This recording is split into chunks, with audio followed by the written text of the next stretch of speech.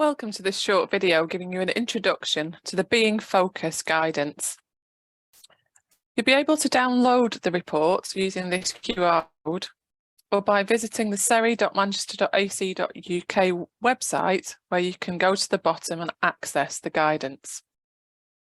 My name's Dr. Lynne Bianchi. I'm one of the co-authors of the report, and I will be just doing this short video to take you through what it includes, how it might support you in terms of monitoring primary school science. The report was published in January 2023 and has been put together both by ourselves here at the University of Manchester in partnership with the Ogden Trust. Now, the report draws on a previous document that you might already have become familiar with, which is called the 10 Key Issues with Children's Learning in Primary Science in England. And similarly, this can be accessed via the SERI website. This was our flagship piece of work, which was published in March 2021 and very much shone a light on children's learning experiences across the UK. It drew on a range of school monitoring activities that we had done in partnership with science subject leaders, and it brought together the thinking across the different organisations and stakeholders within England.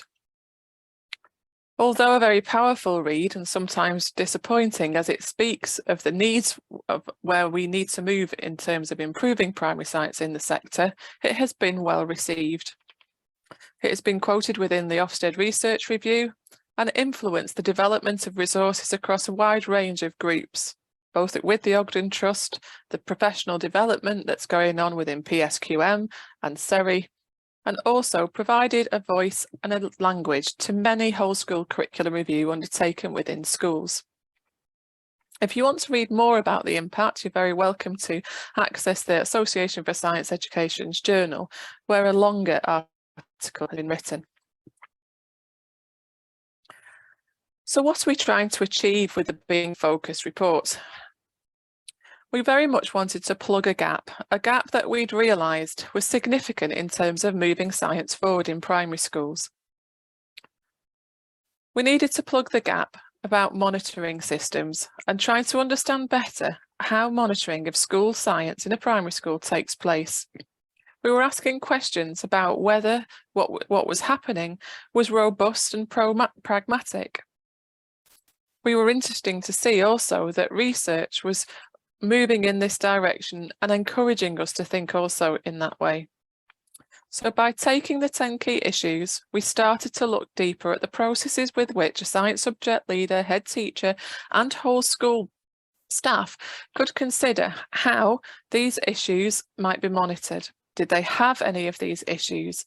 How did monitoring take place to gain the evidence to understand which issues might be more important to them? And how did they know when they had made a difference? The report itself, the guidance itself, has been undertaken and developed with a whole range of teachers, both in the Manchester, Stoke and also Coventry areas. By being in dialogue with them for over a year, we worked to examine and to explore with them practical opportunities where monitoring could take place and to reevaluate the monitoring techniques that were being used. There was a wide range of meetings that we had and mentoring opportunities in person, and importantly, we also engaged head teachers in these conversations. It was vital that what we were forging together as a team of teachers and researchers would be seen by head teachers as accessible and useful when published. So what does this bring to the sector? It brings you a process of monitoring that starts with justifying the focus. It encourages you and your staff to ask what issues are there in our children's science learning and to really be clear on the focus and the right issue for change. It takes you forward to explore the intended outcomes that you would hope would arise as a result of children's learning. It moves you on in terms of justifying the baseline and choosing the right monitoring approach. Have you considered as a team what approaches are the best ways to gather evidence about children's learning in your school based on the issues? And to do this, we provide a new piece of work which builds on the 10 key issues. We flipped the lid, we flipped the perspective on what was the 10 key issues report, which very much identified the problems that we had in primary science, and started to look more positively at the essential features of children's learning in primary science that we would hope to have in place if we were working meaningfully and successfully. So within the document, there's a double-page spread which very much reports on what teachers have explained and looked and seen in terms of the characteristics and features of children's learning when the key features have been addressed. So this is a very useful document for you to have a look at within the report.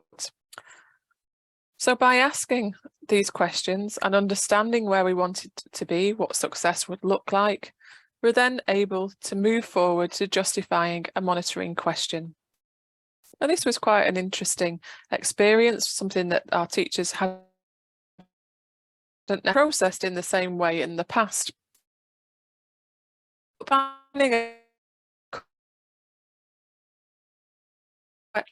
will we measure the difference it takes and it makes? By having a question to investigate, the right tasks would be then selected to take action. What were the best things to do to try and unpick and elicit what was happening in your school? Justifying the impact and knowing the right time to move on was the next part of the process. This is the point where you can stop and take a look and reflect and think, how far have we come? Have we come far enough? And have we been successful enough, or do we need to continue with our interventions? So a key outcome of the report is the being focused monitoring process that I've just very quickly walked you through. Now, what do you see? You see a process of questioning, predicting what might happen, planning activity in order to monitor, gathering evidence during the monitoring cycle, looking at evidence to analyse and interpret what is happening within your school, and from that drawing conclusions, as well as evaluating and sharing that with other staff. Of course, at this point, I hope that we're all looking and thinking, my goodness, this is the inquiry cycle. Indeed, we went back to basics, and through the process of discussing with teachers, we realised that in actual fact, we were just creating an inquiry, but the inquiry this time was with us and about our classrooms. So hopefully this will now become quite familiar to most teachers who are teaching science and of course working scientifically with their pupils. But one key difference that this being focused monitoring process brings also is what you can see here as the green bar. Although the process itself is valid, what we do understand is that when it is done well, it is done in a culture of positive monitoring and collaborative monitoring.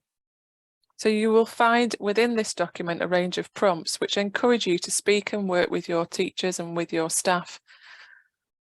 We encourage you to think about the way that you create the right environment for school improvement. And therefore, in essence, it's trying to make sure that we do all of our investigations and inquiry with a form of ethics and responsibility to one and each other.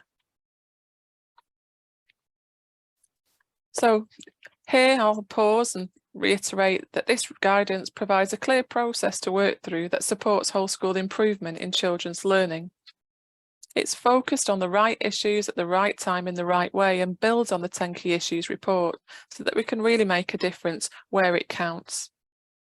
And it builds confidence through professional dialogue using a cyclical process focused on justifying choices and approaches. So what have we provided? We've not just provided the process, we've not just provided the essential features of children's learning in primary science, we've provided a range of prompts. A range of prompts that can be used very practically. The back of the book includes all of these prompts. You're very welcome to copy these should you wish to and use them as cards and discussion prompts within your staff room. Importantly, you'll see here that we're giving options within the monitoring process and we're not just giving a one-way ticket of how to do it. We will be encouraging key activities to happen, for instance, pupil voice, lesson looks, teacher voice, work scrutiny, etc. But how you go about that is very much about what is right for you and your school and your pupils. So yes, you can see here pupil voice, but there are a range of suggested approaches. And importantly, there's opportunity to add more because we recognise that not everything will be represented in this stimulus. Professional dialogue is key, and it will be important for you and your teachers to walk into this process in a way where you are working collaboratively and you are happy with each other in terms of reflecting and talking about children's teaching and learning and children's experience of science in a professional way. Without that professional dialogue, we remain in a very closed environment and one which won't have as much impact.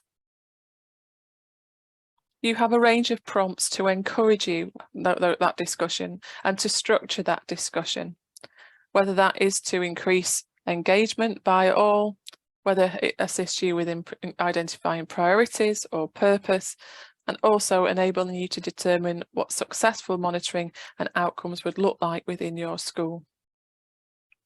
So please look at the guidance and flick through prompts A, which encourages you to think about the culture, prompts B, the priority, prompt C, with regard to encouraging you to come up with your inquiry question, prompt D, which will encourage you to consider the type and range of evidence that you will collect during your monitoring, and prompt E, which will provide you with a bank of ideas of how to do it, which relates to the index cards that you saw before.